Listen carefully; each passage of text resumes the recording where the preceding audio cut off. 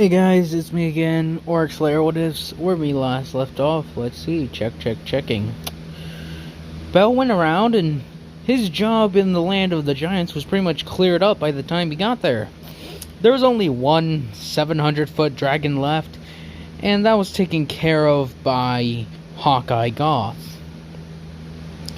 Now, and his little merry band of misfits, he has like, let's see, I believe I said there's probably like 21, maybe, yeah, like 21 Ferosa Knights, Solaire, 4 or 5 those Anorlando Knights, Hawkeye Goth, and, well, Bell himself. And they have made their way to the land of Izalith.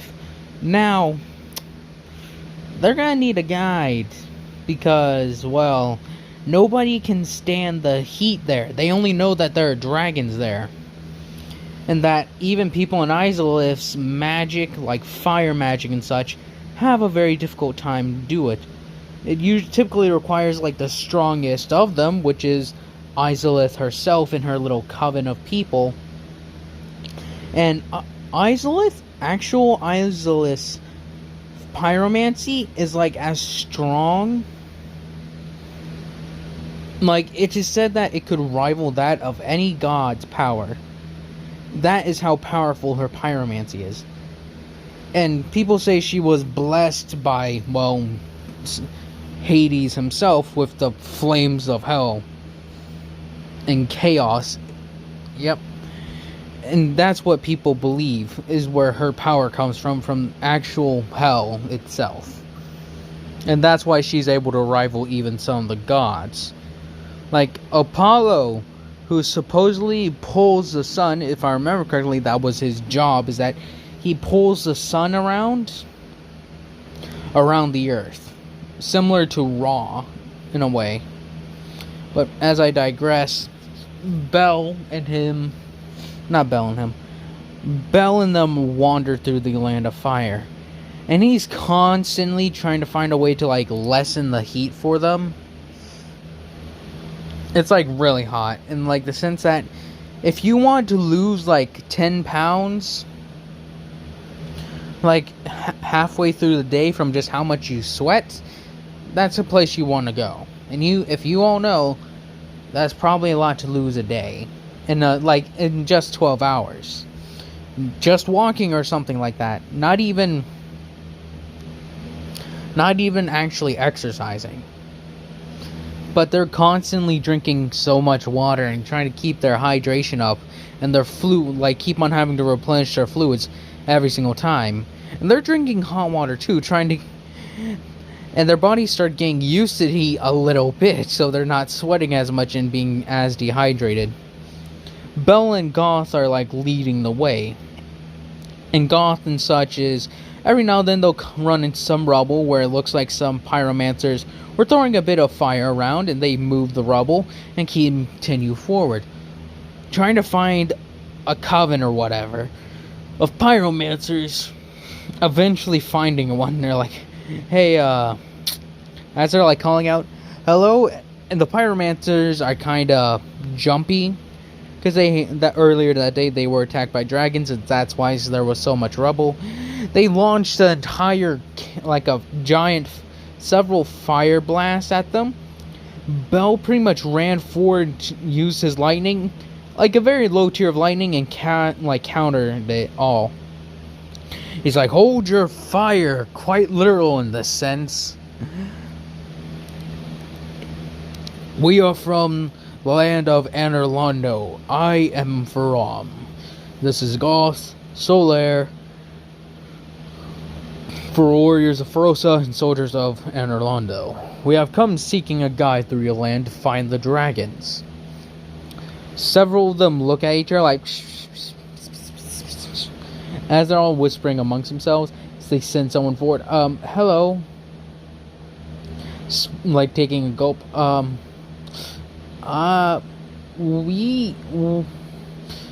There was a dragon here earlier, but it's gone now. He's like, I can see that.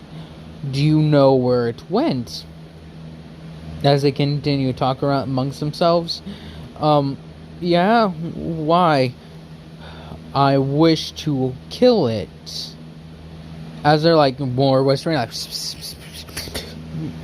what makes you think you can do it? Because I've been going around. He's like, oh.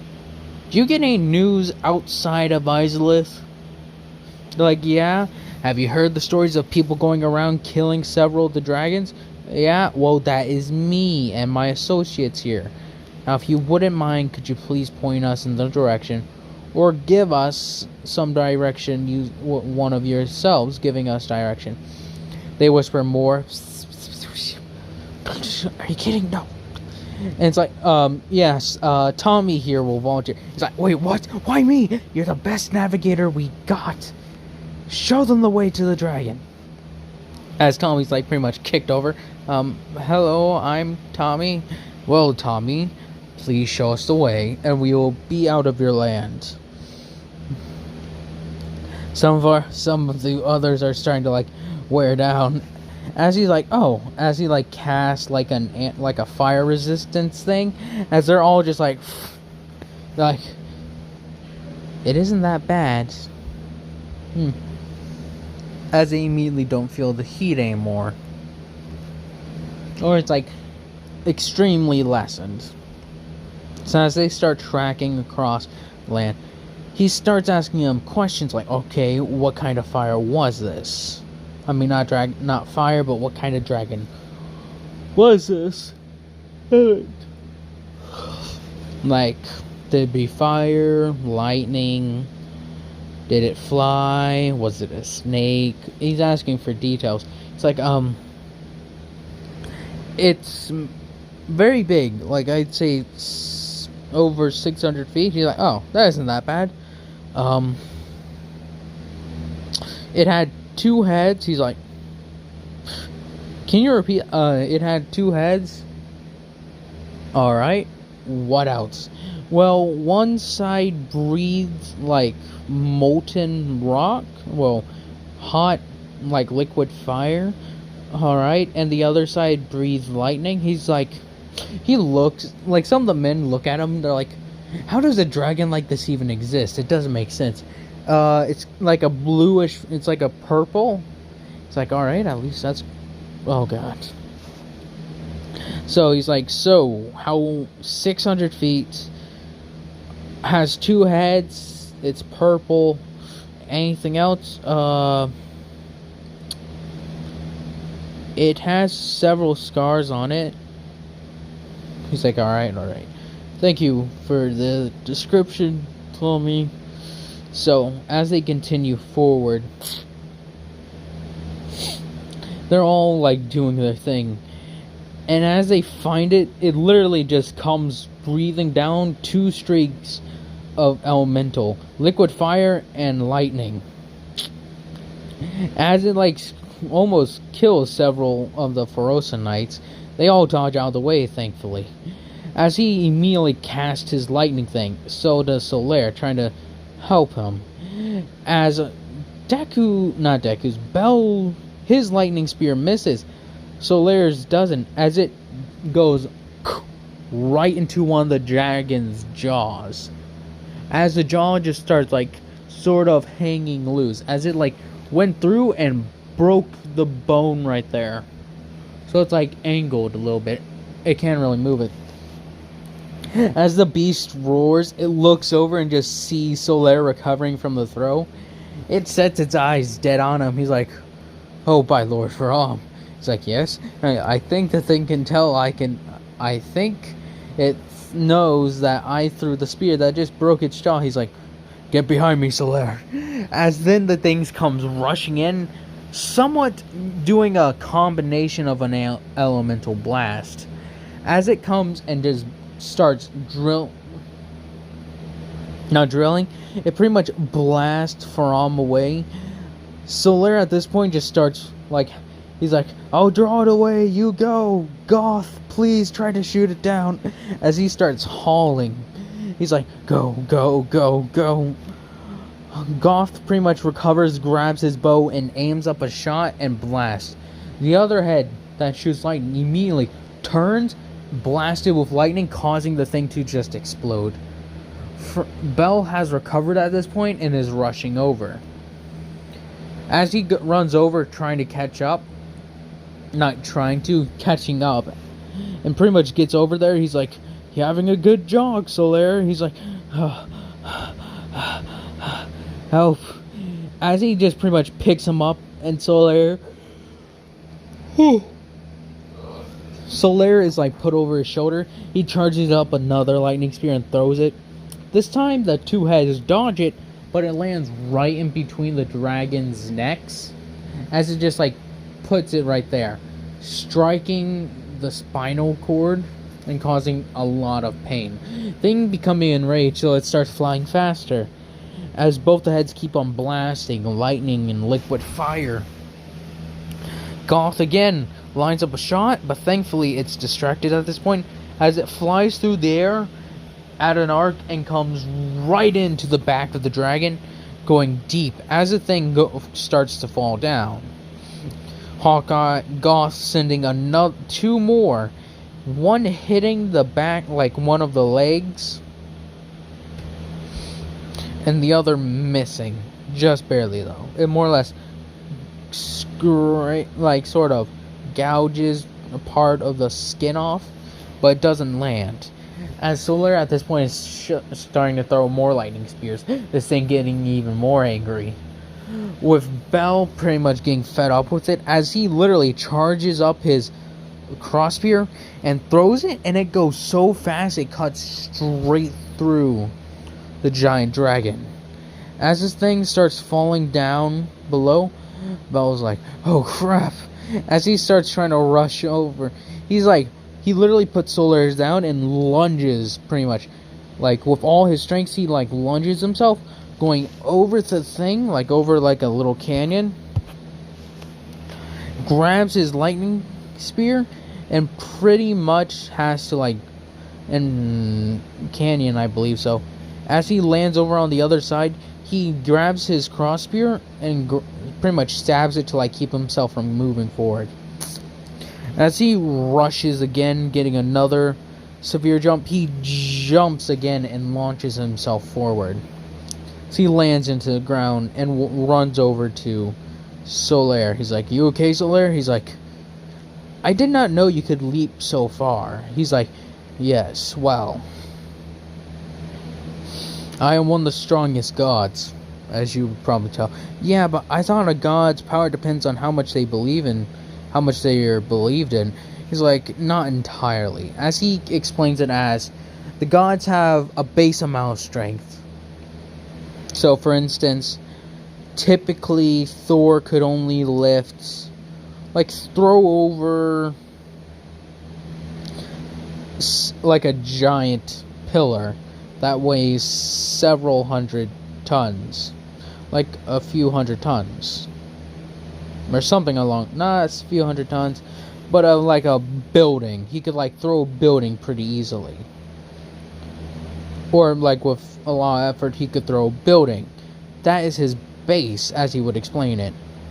But with people believing in him, he's then powered up more so, as then he explains, well, his base just happens to be a lot higher than Thor. And since, well, my base is a lot higher and a fewer people worship me, but the people who worship me tend to have more faith in me. So if their faith grants me even greater amounts of power, as he explains it. He's like, "Oh." And since Gwyn at this point, his power level, with all the people that have started to worship him, Gwendolyn and Guinevere, Gwendolyn being like the weakest out of all of them, it's his like intelligence and such that would make him a threat, similar to Loki. Guinevere isn't really a physical thing, it's more or less her power to enchant, similar to how Ishtar and Freya would. Gwyn's abilities lies in between his power over lightning or sunlight, as well as his intellect and his physical prowess in battle. But with Bel, he still exceeds his father by a lot, with how faithful the people are to him. And with him proving himself a master of fighting, more warriors tend to start worshipping him. And the people who worship him are very faithful indeed. To an extreme level. They aren't fanatical, they're just really faithful. Sorry. Well, with that being said, Bel and them fell the first dragon the first of many to die by his blade in Izalith. As he returns to the other party, Tommy's like, well, I did my part. He's like, well, we still need a more guide.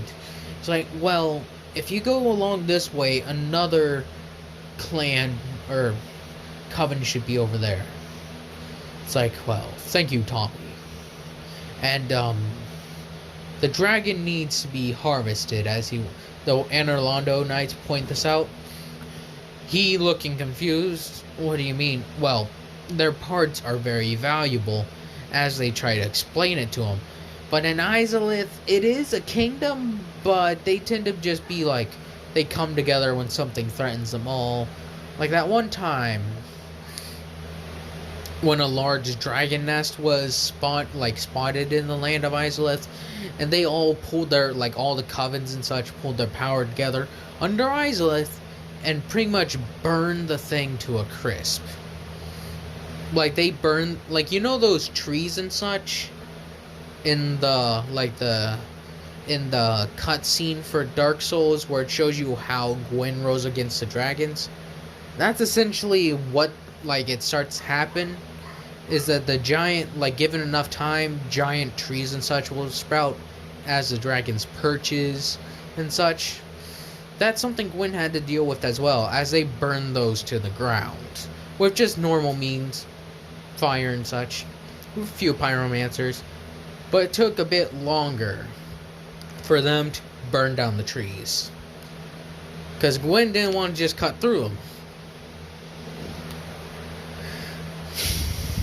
He thought burning them was the best idea, is what came to his mind. But I digress.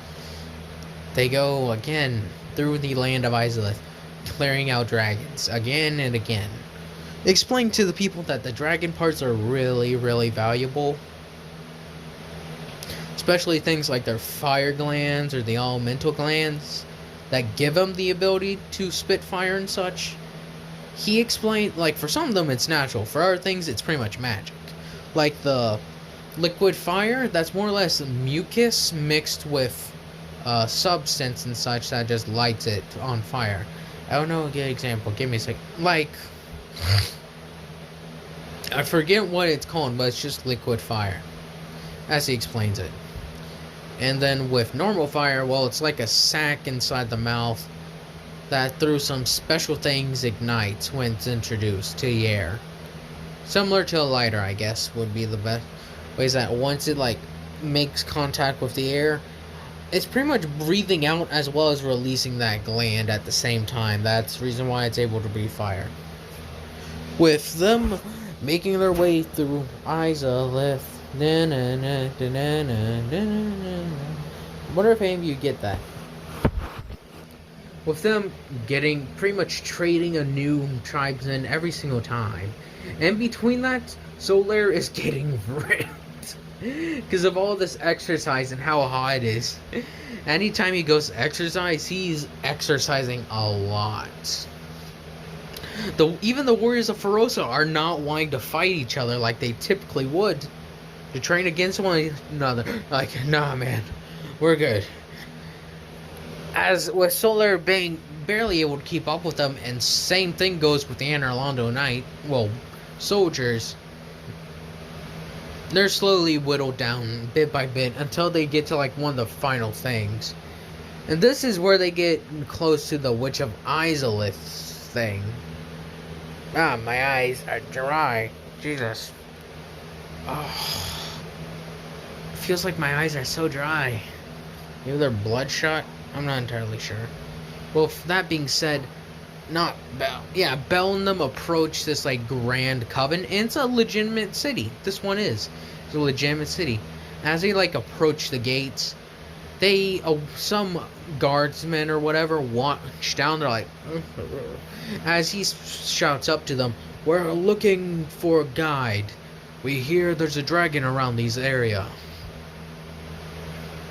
As they like look at each other, then they pretty much send word to Izalith and her like family. With that being said, Izalith comes down personally with her family, the brother and the 7 daughters, I believe. Quaylana, Quaylag. I don't know all the daughters' names. I know there's like Quaylana, Quaylag, and that's pretty much it. That's as far as I know. I know there's a third sister like in the games that stays human and doesn't turn into a monster or a demon, but that's for other reasons, and I'd probably explain it later. They stay...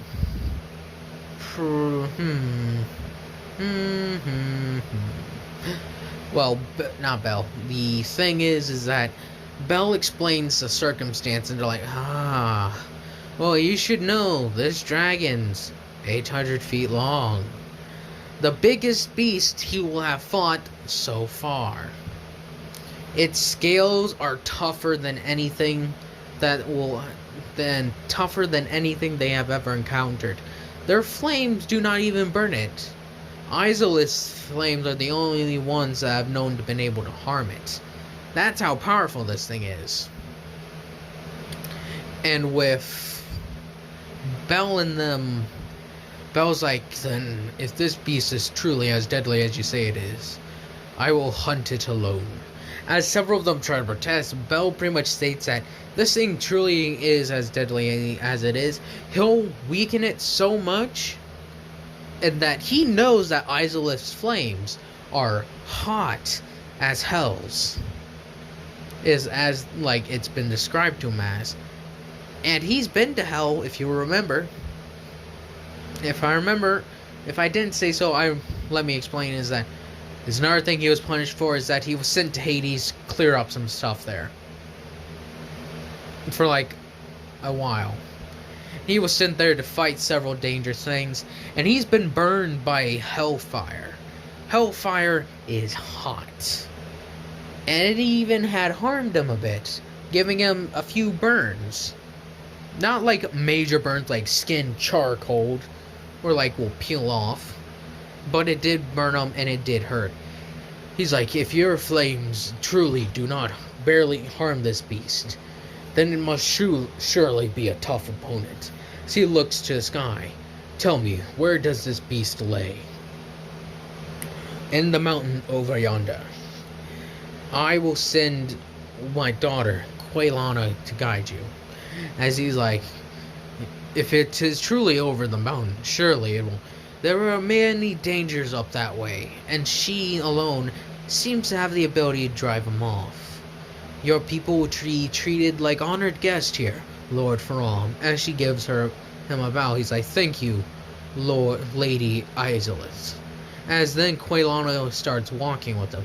He starts speaking with her. Quaylana, she's like very timid. If I remember correctly, Quaylana is the one that's very timid and such. The one that's blind or whoever. Quaylag is the one with the fire. Like the fire sword and such or whatever. As he then helps, as then Quaylana pretty much guides him all the way there. She's like, as he starts speaking to her, what sort of magic can you do, Quaylana? She's like, oh, nothing much, just basic fire things. I can heal people with flames. Oh, as he says, we're like very surprised. If I remember correctly, healing flames are rare. You should be proud of yourself, Quaylana. It is very few who possess such abilities. She's like, I've had the skill ever since I was young. I can't remember when I had it.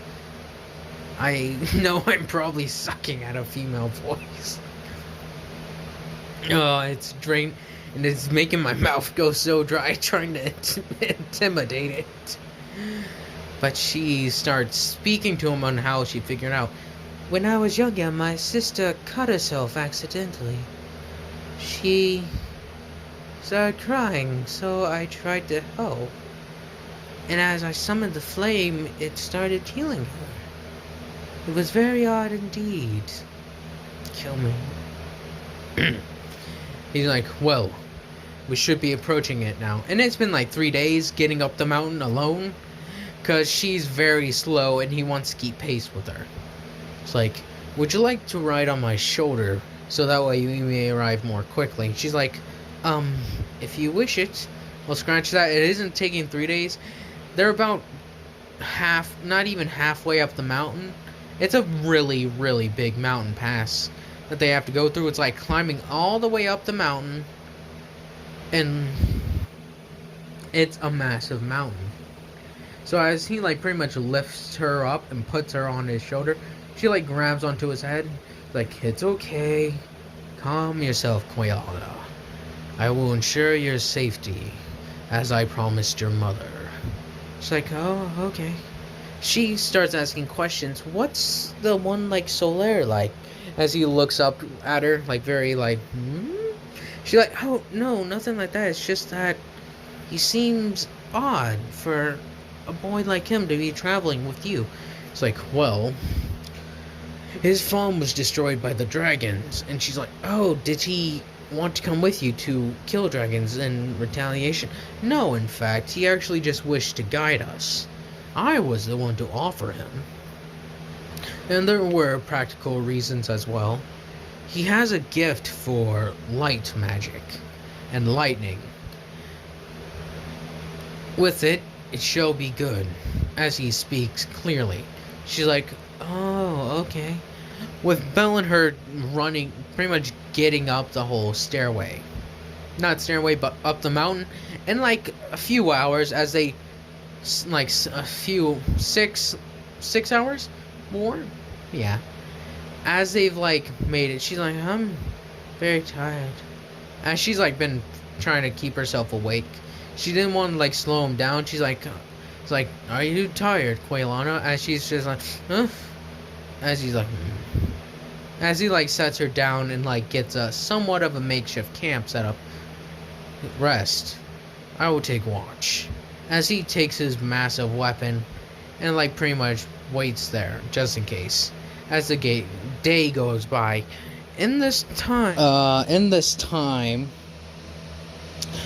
Goth, Solaire, and the Warriors of Ferosa, as well as with the Anne Orlando Knights, have been treated well in this case. Since that they've... Let's see, I said it was like 12 hours? Maybe? I don't know. It's taken several hours for them to get as far as they did, and it's like a day has passed. Quaylana and Belle are resting on the mountain, with Solaire and all of them being like treated very well, being given food and such. Goth is sitting there, and several people are marveling at him, because, well, most of them have never seen a giant. And he's, from what I can tell, like small for some giants. And as several of them look at his giant bow as he's like shaping some of his giant arrowheads that he would use. Solaire at this point is like training severely. He's like 1, 2, 3, like constantly like throwing and moving around with his sword, practicing his magic. Seeing how strong he can make it, how fast he can summon it. It's that sort of thing. And the Ferosa Knights, since they're in an area that they can actually train in without like having to like feel like they're dying, well, they're like all this like repressed energy that they've sort of built up. It's like a dormant energy. It's not like before they were just dead tired, but now with the opportunity, they're like bursting with energy to go sparring again. And that entire time after like Belle left, every one of them were doing the things I just said. Goth told some stories about giants, so like children who came and wanted to hear some. And Solaire, he's training like crazy, like, well, to the point that he's about to collapse as he takes a knee. As he's constantly like, God, why? Goth shouts over, "Take care, Solaire, not to fall unconscious." The warriors of Ferosa are like starting to like collapse as well, because they've been doing it for several hours. That sounds wrong. They've been sparring for several hours at this, and it's still kind of hot. So Solaire takes a load off and just like calms down for a bit. The daughters of Izalith bring some food to the warriors of Ferosa, and a few of them roll out a giant cart or something that's pretty much the equivalent to Goth, who sees a giant cooked lizard. He asks, "What is it?" They say it's a salamander. They are known to wander the region, and some of the hunters went and hunted this for him. As he pretty much picks it up off this like giant thing that had several people pushing it, he pretty much picks it up and just like bites into it and just like eats it entirely. And they're surprised on how quickly he eats it, because even though he's like big, they thought he would take his time. No, he's just like 1, 2, 3, 4 bites, that thing's like gone. Like, Jesus. Solaire was brought like some water and some, I guess, could be equivalent of a fire chicken. I don't know. Or some like salamander as well, as he starts eating into it, thanking them for their hospitality. And as they thank him for his assistance with clearing out the dragons, as he says, it's no problem. Several of the daughters, since they've never really gone fighting dragons, since their mother pretty much kept them away from that when she pretty much went to go deal with them, single-handedly in fact, they were most of the time kept away. So several of them actually sit around him and ask questions about it. And a few others start asking Goth how he went and fought dragons. The warriors of Ferosa teaching a few others like about how, like, 3 are surrounding Solaire, 2 are like asking Goth along with children, and 4 others are listening to the warriors of Ferosa. Wait, scratch that. 3 others. I believe that's a good number. 2, 3, 4, 7. Shoot. Alright, 2 are listening to them, 1 is listening to Solaire, and 1 is listening to Goth. I forgot that I sent Quaylana on her way. Quaylag is listening to Goth at this moment. No, to Solaire. And so on and so on. With Solaire regaling her in the tale on how he first fought the dragon, and how he summoned his lightning spear for the first time. And then like talks to her about how he fought one single-handedly, and how he fought alongside Faram and taking down a few others. Goth talks about how he took down a dragon. He's like, "One day, a dragon was attacking the city. We had no warriors with long-range capabilities. Some had javelins, but that was not enough." And he's talked about how he had heard tales of like how human hunters would use giant bows and such. She actually asked him, what did they eat? Our hunters would, and it's like a large place where the giants roam, in the sense that it's just a large like area. They live in the mountains and in like canyons and such, and there's giant beasts and such as well, so they have plenty to eat. Like anything like a giant cow, they pretty much size those up, and so on and so on. With him explaining how he heard tales of how hunters and such use bows and such to hunt things like deers, birds, fish even, so he thought, why not apply it to dragons? And as he crafted it, when the dragon came back to assault the city, he winded up the bow, launched it, and pegged the dragon right in the chest, causing it to pretty much fall immediately. Warriors of Ferosa are regaling the other 3, 2, 5. The other, damn it, my math is all messed up, I know. 3 are with the Warriors of Ferosa, listening to their story. 2 are with Goth, 1 is with Solaire. Sorry for the confusion, my math is messed up, I know. I keep on forgetting. And Quailang is listening to Solaire. As they all ask at the same time, so what does Lord Faram look like when he's fighting a dragon? Solaire and all of them get quiet. They're like, when they see him fight dragons, it doesn't look like he's fighting. It looks like it doesn't look like it's a fight. It looks like it's an art.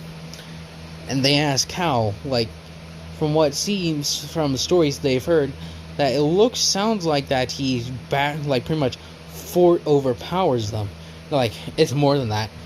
As they explain how they need to see it with their own eyes for them to understand it.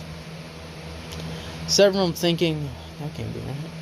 So they start thinking, maybe Quailana will regale us when she returns. As the day passes, they all sleep and yada yada yada. Belle and takes Quailana on his shoulders after she's eaten something, and they rush over the mountain. As she's like, the beast lies over there, in that direction, from what my mother told me. Remember, forgive me, Lord Faram, but remember, the beast is large, probably larger than you have ever seen. Scales tougher than anything, and its fire almost able to match hers. This would be equivalent of one of the most powerful of the ancient dragons.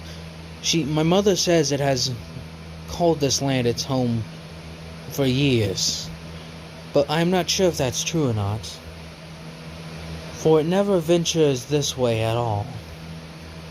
And I fear that one day it will turn its gaze to our city, and even my mother won't be able to do it.